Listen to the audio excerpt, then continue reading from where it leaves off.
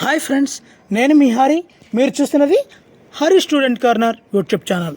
ఇప్పుడు ఏపీ టెట్కి సంబంధించినటువంటి maths grand test 5వది నిర్వహించడం జరుగుతుందండి. ఇది చాలా బాగా అర్థమయ్యే చాలా ఇంపార్టెంట్ బిట్స్ ఉన్నటువంటి టాపిక్ అండి. ఈ గ్రాండ్ టెస్ట్ అనేది నాన్ మ్యాథ్స్ వరకు కూడా బాగా అర్థమయ్యే విధంగా ప్రతి వీడియోని కూడా ప్రతి సమ్ను కూడా ఎక్స్ప్లెయిన్ చేస్తున్నాను. అదేవిధంగా కామెంట్ బాక్స్లో ఉంటుందండి. కామెంట్ బాక్స్లో గుర్తుంచుకోండి, కామెంట్ బాక్స్లో ఇప్పటి వరకు నేను చేసినటువంటి టెట్ మీద సుమారుగా 76 వీడియోలు అండి. 76 వీడియోలు కూడా కామెంట్ బాక్స్లో మొదటి లింక్గా నా పెట్టి ఉన్నాను. మీరు చూడండి, కామెంట్ బాక్స్లో ఉంటుంది. మీకు ఏదైనా తెలుగు కవి పరిచయాల దగ్గర నుంచి సైన్స్ గ్రాండ్ టెస్ట్లు, మ్యాథ్స్ గ్రాండ్ టెస్ట్లు, సైకాలజీ గ్రాండ్ టెస్ట్లు, తెలుగు ఛందస్సు, ఇలా అన్ని రకాల వీడియోలు కూడా పెట్టి ఉన్నాను. మీరు ఎక్కడ ఉంటుందంటే కామెంట్ బాక్స్లో నా పేరుతో ఉంటుంది, హరి స్టూడెంట్ కార్నర్ అని. క్లిక్ చేయండి, మొత్తం అన్ని వీడియోలు కూడా మీకు కనిపిస్తాయి. మీకు నచ్చిన వీడియోని చూసి చూడండి, మంచి మార్కులు సాధించండి. మరి టాపిక్లకు వెళ్ళిపోదాం. మొదటి బిట్ చూద్దామండి. 5607 అనే సంఖ్య పరిపూర్ణ వర్గ సంఖ్య అగుటకు కలపవలసిన కనిష్ట సంఖ్య ఏది? Option 1 15, option 2 16, option 3 17, option 4 18. ఇది చాలా టఫ్ అనుకుంటాం, కానీ చాలా ఈజీ అండి. ఒకసారి ఇది వర్గ సంఖ్య అన్నాడు కాబట్టి 5607కి వర్గమూలం కనుక్కోవాలండి. మనం ఆల్రెడీ 5లో నేను ఆల్రెడీ చెప్పి ఉన్నాను వర్గమూలం ఏ విధంగా కనుక్కోవాలో. సో 7 టేబుల్లో దాదాపుగా 7 7s are 49 వేసుకుంటామండి. యాక్చువల్గా 56 దగ్గరలో ఇదే ఉంది కాబట్టి 707 వస్తుంది. ఇప్పుడు ఈ 7ని డబల్ చేయాలండి, 14 వస్తుంది. 14 వస్తే ఈ దాదాపుగా 145 5s are అంటే 145 5s are 725 అండి. అంటే ఒకటి ఎక్కువ తీసుకోవాలి. ఎందు గురించి అంటే కలపాలి అన్నాడు కాబట్టి ఎక్కువ నెంబర్ తీసుకుంటే రిమైండర్ వస్తుంది. ఈ 707లోంచి ఈ 725 సబ్ట్రాక్షన్ చేస్తే 18 ఆన్సర్ వస్తుందండి. మన కలపవలసిన సంఖ్య కూడా 18 అండి. సో అర్థమైందని అనుకుంటున్నాను. నెక్స్ట్ బిట్కి వెళ్ళిపోతున్నానండి. 92 -11/9 యొక్క వృత్యమం ఏంటి అంటే ఆప్షన్ 1 -11/9, 2 9/11, 3 -11/9, 4 11/9. ఇది చూసుకున్నట్లయితే వృత్యమం అన్నాడు కాబట్టి మనం జాగ్రత్త డీల్ చేయాలండి. వృత్యం అంటే బై చేయాలన్నమాట. ఏదైతే ఇక్కడ నెంబర్ ఇచ్చాడో ఆ నెంబర్ని బై కింద వేసేయాలి, అంతే, ఇంకేమీ లేదు. సో ఇక్కడ ఎప్పుడైతే బైలోకి వెళ్ళిందో కింద ఉన్నటువంటి భిన్నం తారుమారు అవుతుందండి. కిందకి వెళ్తుంది. కానీ మైనస్ అయితే ఏమవుదండి. కింద మైనస్ ఎప్పుడు కూడా ఉండకూడదు. ఈ కింద మైనస్ని పైకి తీసుకెళ్ళిపోవాలి. అంటే -9/11 అండి. ఆప్షన్ 3లో ఉంటుందండి. అది ఆప్షన్ 3 అండి ఆన్సర్. నెక్స్ట్ బిట్ చూద్దామండి. 0.54 బార్, 54కి బార్ ఉంది, ప్లస్ 0.57, 57కి బార్ ఉంది. యొక్క విలువ ఎంత? ఆప్షన్ 1 1.12 బార్, 2 1.10, 10కి బార్ ఉందండి. Option 3 1.11 bar, 4 option 4 1.13 bar. మరి దీన్ని చూసుకున్నట్లయితే ఇప్పుడు ఈ నెంబర్లని భిన్న రూపంలోకి మార్చేసుకోవాలండి. సో ఫస్ట్ చూస్తే 54/99 అవుతుందండి. 2 అంకెలకు బార్ ఇచ్చాడు కాబట్టి. ఇప్పుడు ఈ నెక్స్ట్ దాన్ని చూసినట్టయితే 57/99 వస్తుందండి.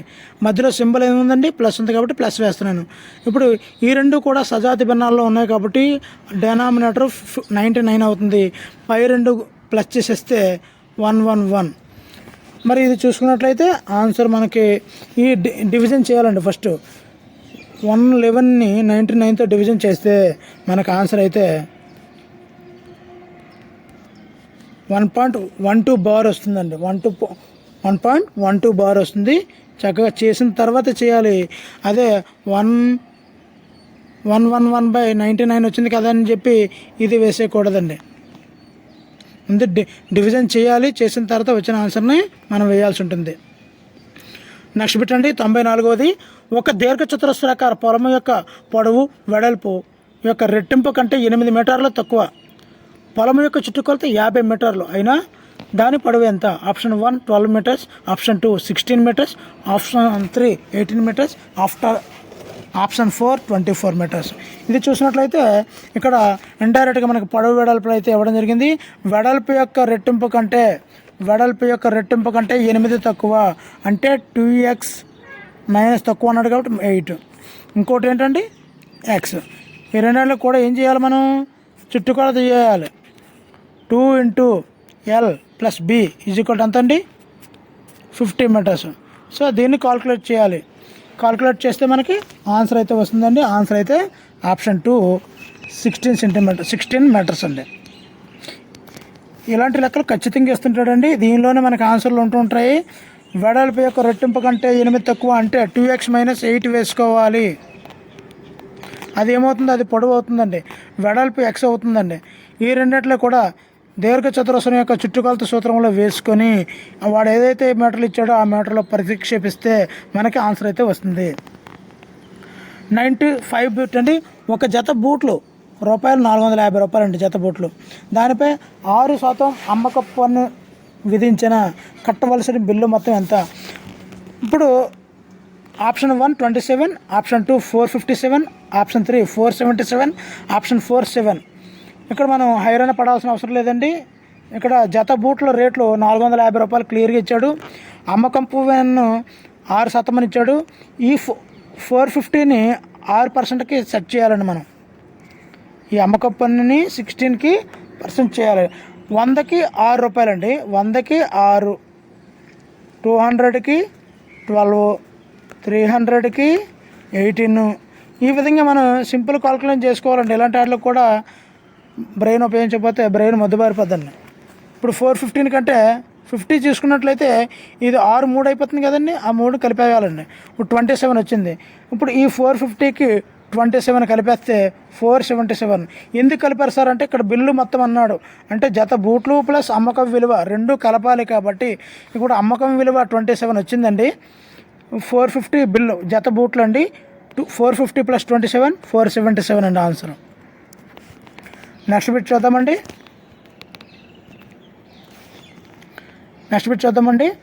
96. ఇక్కడ ఒక బొమ్మ ఇవ్వడం జరిగింది. ఒక కోణం 3x + 20, మరొక కోణం 5x - 8 అని ఇచ్చాడండి. L = M అయినా x విలువ ఎంత? Option 1 180 degrees, option 2 168 degrees, option 3 21 degrees, option 4 150 degrees అండి. అసలు అది ఏంటి అన్నది చూసుకున్నట్లయితే ఏకముఖ ఒకే వైపు ఉన్నటువంటి ఇలా ఉంది కదండి.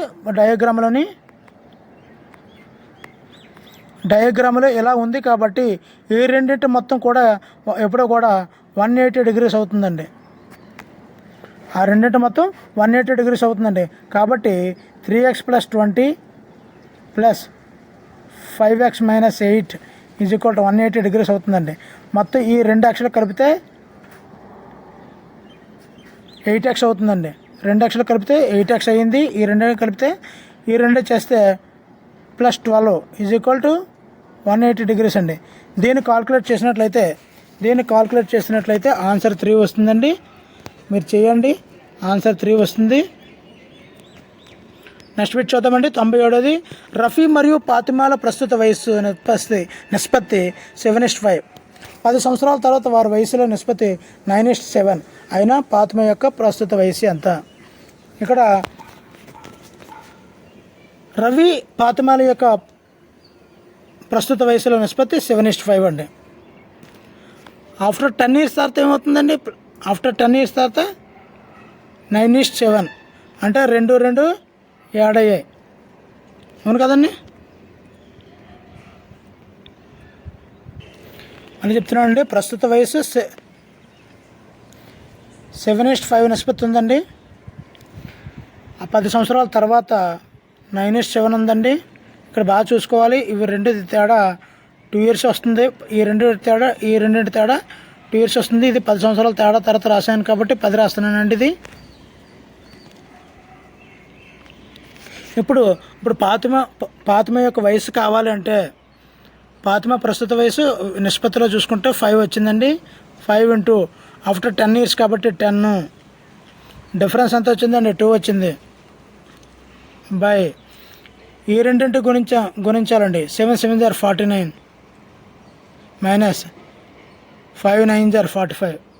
దీన్ని కాలిక్యులేట్ చేస్తే ఈ మొత్తాన్ని కాలిక్యులేట్ చేసుకుంటే మీకు అర్థమైంది అనుకున్నాను. ప్రస్తుత వయసు యొక్క నిష్పత్తిలో ఇచ్చింది 5. ఆఫ్టర్ 10 years తర్వాత 10 ఎంత పెరిగిందో అంత. ఈ రెండింటి క్రాస్ మల్టిప్లికేషన్ మైనస్ చేయాలండి. చేస్తే ఇది మొత్తాన్ని కూడా కాలిక్యులేట్ చేసుకుంటే ఆన్సర్ అయితే 25 వస్తుందండి. ఇది చాలా చాలా టఫ్తో కూడింది కానీ ఈజీగా అర్థమవుతుందండి. నెక్స్ట్ బిట్ చూద్దామండి. 3/5/3/3 హోల్ పవర్ 5 ఇంటూ 3/-6 యొక్క విలువ ఎంత? ఫస్ట్ చూసుకున్నట్లయితే 3/5 5 25 అండి, బై 3 5 15 అండి, ఇంటూ 3/-6. దీని వాల్యూని మనం ఫైండ్ అవుట్ చేయాలండి. ఈ 25 3/m/3/n అని రూపంలో ఉంది కాబట్టి ఈ 25 నుంచి ఈ 15 సబ్ట్రాక్ట్ చేయాలండి. సబ్ట్రాక్ట్ చేస్తే 3/10 వస్తుంది, ఇంటూ 3/-6.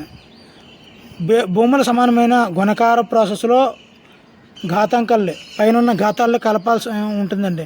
సో 10 ఇక్కడ మైనస్ ఉంది కాబట్టి -6 అంటే ఎంత అయిందండి? 3/4 అయిందండి. మరి 3/4 యొక్క వాల్యూ ఎంత అంటే 3² అంటే 9, 3³ అంటే 27, 3/4 అంటే 81.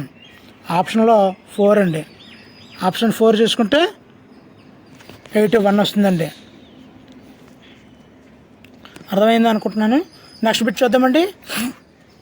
1576 ఇంటూ 1577 ఇంటూ 1578లతో ఏర్పడే సంఖ్య ఏ సంఖ్యతో భాగించబడుతుంది? Option 1 2, option 2 3, option 3 7, option 4 6.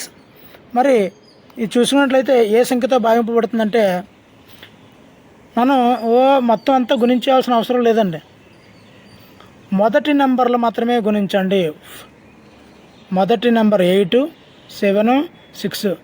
6 7 దగ్గర ఫస్ట్ చూద్దాం. 42 ఇంటూ 8 ఇది గుణిస్తే 16 4 8 32 33. దీన్ని బాగా చూసుకోండి, 2 ఎక్కలో పోతుంది. మరి 3 పోతుందా?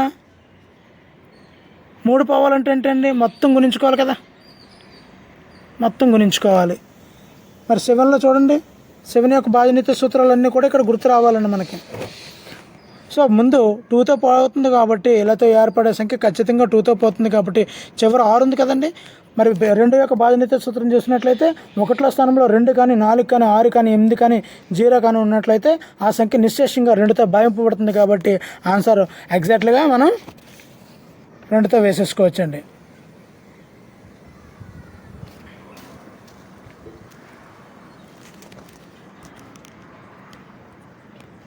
ప్లస్ మరొక రూల్ ఉందండి. మరొక రూలు ఇవి 3 కూడా 3 వరుస సంఖ్యలండి. వాడు టెక్నిక్తో ఇచ్చాడు.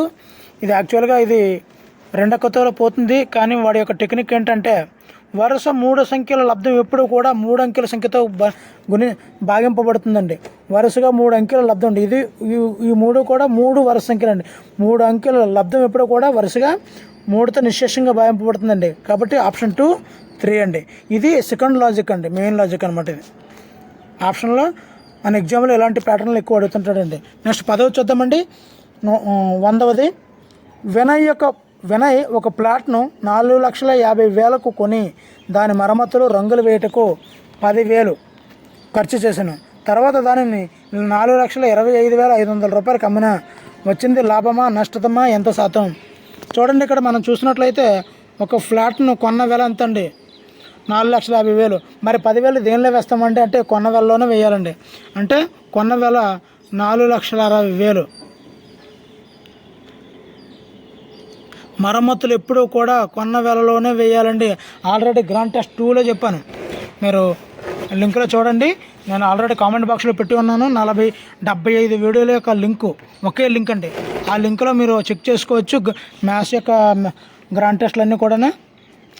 ఇది కొన్న వేలలోకి వస్తుంది. మరి అమ్మిన వేల ఎంత అండి? 4,25,000. మరి సబ్ట్రాక్ట్ చేస్తే ఎంత వస్తుందండి? సబ్ట్రాక్ట్ చేస్తే 34,500 రూపాయలు వస్తుందండి. 34,500. ఇది ఏంటండి, నష్టమా లాభమా? ఎక్కువ కొన్నాడు తక్కువ కమ్మాడు, కాబట్టి ఇది నష్టమే కదండి. నష్టం నష్టం నష్టం 34,500 రూపాయలు. ఇప్పుడు నష్ట శాతం కావాలి. నష్టమైతే నష్ట శాతం, లాభం అయితే లాభ శాతం. ఇప్పుడు ఎంత శాతం అన్నాడు కాబట్టి ఇప్పుడు నష్టం వచ్చిందండి. సో నష్ట శాతం ఈజ్ ఈక్వల్ టు, సూత్రం తెలుసండి. సో నష్టము బై కోవే అంటే కొన్న వెల అండి. కొన్న వెల ఇంటూ 100 అండి. నష్టము బై కొన్న వెల ఇంటూ 100 అంటే ఇందాక నష్టం ఎంత చెప్పాను కదండి, 34,500 బై మరి కొన్న వెల ఎంత అని చెప్పానండి. ఈ రెండు కలిపేస్తే 4,60,000 నష్టం తెలిసింది, కొన్న వెల తెలిసింది, ఇంటూ 100 తెలిసింది. దీన్ని ప్రతిక్షేపించి చేసేస్తే మనకు ఆన్సర్ అయితే ఆప్షన్ టూ 7.5 వస్తుందండి. ఇది చాలా చాలా ఇంపార్టెంట్ సమ్ అండి. దయచేసి ఎవరు మిస్ అవ్వద్దు. 101 బిట్టు 20, 21, 11, 25, 23 మరియు 14 దత్తాంశం యొక్క మధ్యఘాతం ఎంత? ఆల్రెడీ ఇవి కూడా లెక్కలు చెప్పి ఉన్నాను ఆల్రెడీ. వీటన్నిటిని కూడా మనం ఏం చేయాలంటే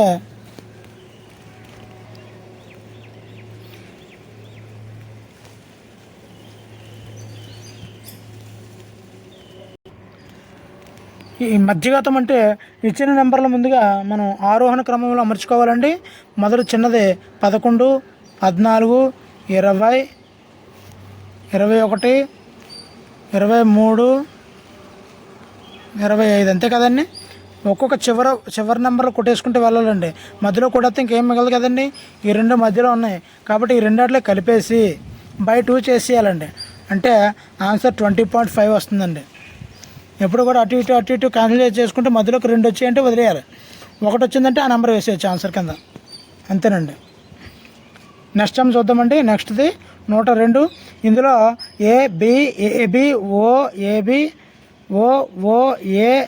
ఏబి ఓల బాహులకు ఎంత ఉన్నప్పుడు ఇక్కడ మనం బాగా అబ్జర్వ్ చేసుకుంటే ఓలు 4 సార్లు వచ్చాయండి, ఏబీలు అయితే 3 సార్లు వచ్చాయి. కాబట్టి ఏదైతే ఎక్కువ సార్లు పునరావృతం అయిందో అంటే మరలా వచ్చిందో అదే బాహులకు అండి. బాహు అంటే ఎక్కువ, బాహులకు అంటే ఎక్కువ సార్లు వచ్చిందే బాహులకు అండి ఆన్సర్. నెక్స్ట్ చూద్దామండి. తరగతి అంతరం 20-30 ఈ యొక్క తరగతి మధ్య విలువ ఎంత? తరగతి మధ్య విలువ కావాలంటే ఆ ఇచ్చిన తరగతి అంతరంలో ఇచ్చినటువంటి ఆ రెండాట్లో కలిపేసి బై 2 చేసేయాలండి. 2 కలిపితే 50/2 25 వస్తుందండి. ఆన్సర్ అయితే 2 అండి. మరి ఇంకా ఈ వీడియోకి లైక్ చేయకపోతే దయచేసి లైక్ చేయండి. మరిన్ని ఇటువంటి గ్రాండ్ టెస్ట్లు మీ ముందుకు ఉంచుతాను. భుజం 2 సెంటీమీటర్లు గల చతురస్ర వైశాల్యానికి చతురస్ర చుట్టుకొలతకి నిష్పత్తి ఎంత? మరి చతురస్ర వైశాల్యం చూసుకున్నట్లయితే ఇది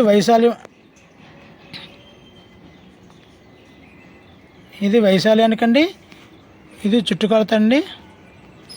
చుట్టుకొలత వైశాల్యానికి సూత్రం 4 ఇంటూ భుజం కదండి. 4 ఇంటూ 2 4 8 అండి.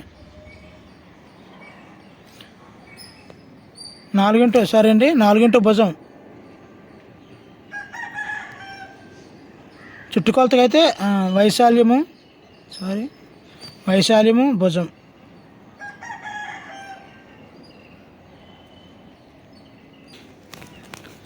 ఇక్కడ చతురస్ర వైశాల్యం అంటే భుజం ఇంటూ భుజం అంటే 4 ఇంటూ 4. ఇక్కడ చతురస్ర వైశాల్యం అంటే 4 ఇంటూ భుజం అండి అంటే 4 8. ఇప్పుడు వాడు ఏమడిగాడు అంటే చతురస్ర వైశాల్యానికి దీనికి నిష్పత్తి అడిగాడు. అంటే 4:8 అంటే 1:2 అండి ఆన్సర్. 1:2 ఆన్సర్ అండి. ఆన్సర్ చూసుకున్నట్లయితే ఆప్షన్ 2 1:2.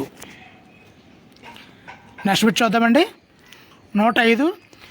మ్యాథ్స్ అనే పదంలో బిందు సౌష్ఠవాన్ని కలిగి ఉన్న అక్షరాల జత ఏది? ఎం మరియు హెచ్, హెచ్ మరియు ఎస్, టీ మరియు ఏ, టీ మరియు ఎస్. ఇక్కడ మనం జాగ్రత్తగా అబ్జర్వ్ చేయాలండి. మ్యాథ్స్లో అసలు బిందు సౌష్ఠవం అంటే ఏంటి తెలియాలి. సౌష్ఠవ రేఖలు కాదు, సౌష్ఠవ రేఖలు అందరికీ తెలుసు, బిందు సౌష్ఠవం తెలియదు. ఇక్కడ వీటిని మనం బాగా అబ్జర్వ్ చేసుకోవాలండి. అబ్జర్వ్ చేసుకుంటేనే మనం కరెక్ట్గా పెట్టగలము.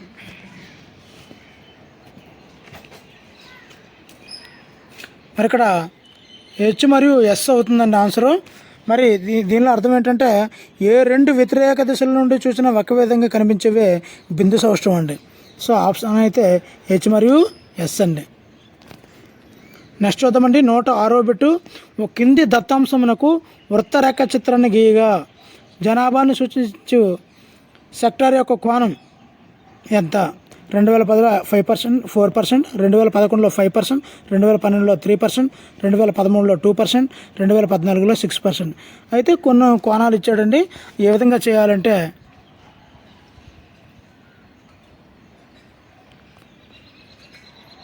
వృత్తరేఖ ఇక్కడ 2012 జనాభా కంటే 2012 జనాభాకు సెక్టార్ కోణం ఎంత అడిగాడు. సో 2012 చూసుకున్నట్లయితే ఇక్కడ లెక్కలైతే లేదు, కానీ యాక్చువల్ లెక్క అయితే 2012లో జనాభా లెక్కలో సెక్టార్ కోణం ఎంత అడిగాడు. సో ముందు ఏదైతే సంవత్సరం అడిగాడో అది వేయాలండి. ఇవి టోటల్ చేయాలండి. 5, 4, 9, 9, 3, 12, 12 + 2 14, 20 వచ్చిందండి. ఇంటూ కోణం అడిగాడు కాబట్టి ఇంటూ 360 చేయాలండి.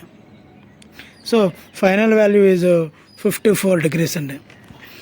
సో 360 అయినప్పుడు 21 * 20, 18 3 * 54 అండి. మరి నెక్స్ట్ బిట్ చూద్దామండి. వృత్త వ్యాసం 14 సెంటీమీటర్లు అయినా అర్ధవృత్త వైశాల్యం ఎంత? మరి అర్ధవృత్త వైశాల్యం సూత్రం తెలిసి సరిపోతుందండి. అర్ధవృత్త వైశాల్య సూత్రం ½ πr² అండి. మరి ఎలా గుర్తుపెట్టుకోవాలి సార్ అంటే వృత్త వైశాల్యం πr², అర్ధవృత్త వైశాల్యం πr²/2 అంతే కదండి. 2 ½ చేసుకుంటే సరిపోతుంది అంతే. సో దీనిలో ప్రతిక్షేపించేసుకుంటే ఆన్సర్ అయితే ఆప్షన్ 1 అవుతుందండి. 77 చదరపు సెంటీమీటర్లు. మరి సూత్రం అర్థమైంది అనుకుంటున్నాను. 108వ బిట్ అండి. ఒక వ్యక్తి సైకిల్పై 28 కిలోమీటర్ల దూరమును 2 గంటల్లో చేరును. 28 కిలోమీటర్ల దూరమును 2 గంటల్లో చేరును అంటే ఒక గంటకి 14 కిలోమీటర్లు అండి. అతను అదే వేగంతో ప్రయాణించిన 84 కిలోమీటర్ల దూరమును ఎంత కాలంలో చేరుకోగలము?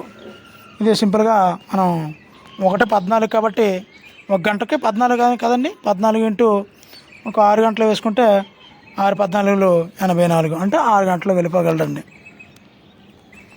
నెక్స్ట్ బిట్ చూద్దామండి. 109వ బిట్టు. 3x - 4xy 2x² మరియు 5x³ y² యొక్క లబ్ధం ఎంత? అంటే మొత్తం అన్నట్లు కూడా గుణించాల్సి ఉంటుందండి. మనం మొత్తం గుణించేస్తే ఆప్షన్ 1 -120 x⁻7 y³. మరి ఎక్స్లు ఎన్ని ఉన్నాయండి? ఇక్కడ 3 ఉన్నాయి, ఇక్కడ 2 ఉన్నాయి, అంటే 5, 6, 7 సరిపోయింది కదండి. y1 ఇక్కడ 2, 3, 4 * 12 అంటే -12 అండి. -24 అంటే -120 అండి. సో ఈ విధంగా మనం చేస్తామండి. నెక్స్ట్ 110వ బిట్ అండి. ప్రతి భుజము 6 సెంటీమీటర్లుగా గల 2 సమగణములను జత చేయగా ఏర్పడిన దీర్ఘగణం యొక్క సంపూర్ణ తల వైశాల్యం ఎంత? సో సంపూర్ణ తల వైశాల్యం మనకి సూత్రం తెలియాలండి. దీర్ఘగణం యొక్క సంపూర్ణ తల వైశాల్యం తెలియాలి. ఫస్ట్ సూత్రం ఏంటంటే 2 × LB + ఆల్రెడీ 5లో ముందు గ్రాండ్ టెస్ట్లో చెప్పడం జరిగింది. ఇలా ఉంటుందండి. LB + BH + HL అని ఉంటుందండి. ఈ సూత్రంలో ఇచ్చినటువంటి ప్రతి భుజము 2 సమగణాలు పక్కన పెట్టుకోవాలండి. ఇలాగా ఇప్పుడు భుజం ఇది 6 సెంటీమీటర్లు, ఇది 6 సెంటీమీటర్లు, ఇది 6 సెంటీమీటర్లే, కానీ ఇది మాత్రం ఎంత అవుతుందండి? టోటల్ 12 అవుతుందండి. ఇది 6 కాబట్టి ఇప్పుడు ఏమైందండి? వెడల్పు 6 అయ్యింది, ఎత్తు 6 అయ్యింది, కానీ పొడవు మాత్రం 12 అయ్యిందండి. సో L అంటే 12 వేసుకోవాలి, B అంటే 6 వేసుకోవాలి, H అంటే 6. ఓన్లీ L దగ్గర మాత్రమే మారుతుందండి. 2 సమగణాలు జత చేయగా అన్నప్పుడు L వాల్యూ మారిపోతుంది. ఈ సూత్రంలో ప్రతిక్షేపించాలి. ఆన్సర్ అయితే ఆప్షన్ 2 360 చదరపు సెంటీమీటర్లు అవుతుందండి. నెక్స్ట్ 111వదండి. 1 metre cube = dash centimetre cube. Option 1 100 centimetre cube, option 2 10,000 centimetre cube, option 3 10 lakhs centimetre cube, option 4 1000 centimetre cube. మరి ఆన్సర్ చూసినట్లయితే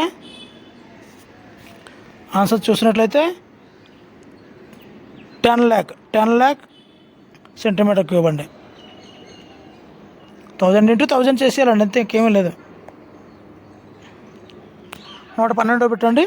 24 సంఖ్యల గల ప్రధాన కారణాంకాల ప్రధాన కారణాంకాల సంఖ్య 24కి ప్రధాన కారణాంకాలు ఎన్ని ఉంటాయో చూసుకోవాలి. ఫస్ట్ ఏ ఏకంలో పోతాయో చూసుకోవాలి. 1వ ఏకంలో పోతుంది, 2 table, 3 table, 4 table, 6 table, 8 table, 12 table, 24 table. అంటే టోటల్గా ఎన్ని పోతున్నాయండి? 8 పోతున్నాయండి. ప్రధాన కారణాంకాల సంఖ్య 8 అండి. నెక్స్ట్ బిట్ చూద్దామండి. 20 డిగ్రీల యొక్క పూరక కోణం ఎంత? 180, 270, 160, 340. అసలు పూరక కోణం అంటే ఏమిటి అంటే 2 కోణాలు కలిపితే 90 డిగ్రీలు వస్తే దాన్ని పూరక కోణం అంటారండి. ఒక కోణం ఇస్తాడండి, ఇంకో కోణం 90 రావాలంటే దానికి ఈ 20కి ఎంత యాడ్ చేయాలండి? 70 యాడ్ చేస్తే రెండవ పూరక కోణం 70 అవుతుంది. 2 కలిపితే 90 అయిపోతుందండి. మరి నెక్స్ట్ బిట్ చూద్దామండి. 6² మరియు 8² మధ్య గల ప్రధాన సంఖ్యలు ఎన్ని ఉన్నాయి అన్నాడు. ఇక్కడ చూద్దామండి. 6² అంటే 36కి, 8² అంటే 64కి మధ్యలో ఎన్ని ప్రధాన సంఖ్యలు ఉన్నాయి అన్నాడండి. సో 37 ఉంటుందండి, 41, 43, 47, 53, నెక్స్ట్ 59, నెక్స్ట్ 61. టోటల్గా 7 ఉంటాయండి. ఆప్షన్ 2 అండి. అది టోటల్గా 7 ఉంటాయి. ఆప్షన్ 2 అండి. 115 బిట్ చూద్దామండి. ట్రయాంగిల్ ఏబీసీలో angle A = 50, angle B = 70, angle C = 60 అయితే angle A plus, angle B plus, angle C = 180 degrees అని నిర్ధారించి వివిధ రకాల కోణములను ఆధారం చేసుకొని త్రిభుజంలో 3 కోణాల మొత్తం 180 డిగ్రీలు లేదా 2 లంబ కోణాలు అని నిర్ధారించడంలో అనుసరించిన బోధనా పద్ధతి ఏమిటి? 1 ఆగమన వివేచన, 2 నిగమన వివేచన, 3 సంశ్లేషణ పద్ధతి, 4 విశ్లేషణ పద్ధతి. మరి ఆన్సర్ చూసుకున్నట్లయితే ఆగమన పద్ధతి అండి. విద్యార్థి అనేక రకాల కోణాలను ఆధారం చేసుకొని అలా తయారు చేస్తుంటాడు. ఫైనల్గా 3 కోణాలు మొత్తం 180 డిగ్రీలని ఒక ఫార్ములాలోకి వస్తాడు. దాన్నే ఆగమన పద్ధతి అంటారు. కానీ మన పాఠశాలలో జరిగే విధానం అదే ఉండదండి.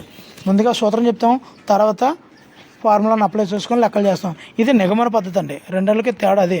సూత్రం నుంచి ఉదాహరణకు వెళ్తే అదే నిగమన పద్ధతి, ఉదాహరణల నుంచి సూత్రానికి వెళ్తే అదే ఆగమన పద్ధతి. అది బాగా గుర్తుంచుకోవాలండి మనం.